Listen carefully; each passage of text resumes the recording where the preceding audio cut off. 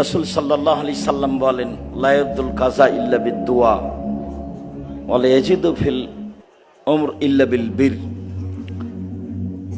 পৃথিবী সৃষ্টির 50,000 বছর পূর্বে মানুষের যে ভাগ্য লেখা হয়েছে তা আল্লাহ তাআলা দোয়ার মাধ্যমে পরিবর্তন করে দেন। আমি আর আপনি নিরাশা হতাশা ভোগ করব এমন কিছু নয়। যদি মনে হয় যে নিরাশা ভাব মনে হচ্ছে, তাহলে আল্লাহর কাছে অন্তর থেকে প্রার্থনা করলে আল্লাহ যা ভাগ্যে লিখেছেন তা পুনরায় কেটে দিয়ে নতুনভাবে লিখে দিবেন। এ কথাই মুহাম্মদ সাল্লাল্লাহু আলাইহি সাল্লাম বলেন। সদাচরণে মানুষের বয়স বেশি হয়। আসলে বাচ্চাগুলি আমাদেরকে যেভাবে তাদের বিবরণগুলি পেশ করেছে তাতে আমরা অত্যাধিক মুগ্ধ এবং আন্তরিকভাবে তাদের জন্য দোয়া করি, জামিয়া সালাফের জন্য দোয়া করি। আল্লাহ যেন জামিয়া সালাফেকে কবুল করেন, তাদের কবুল করেন।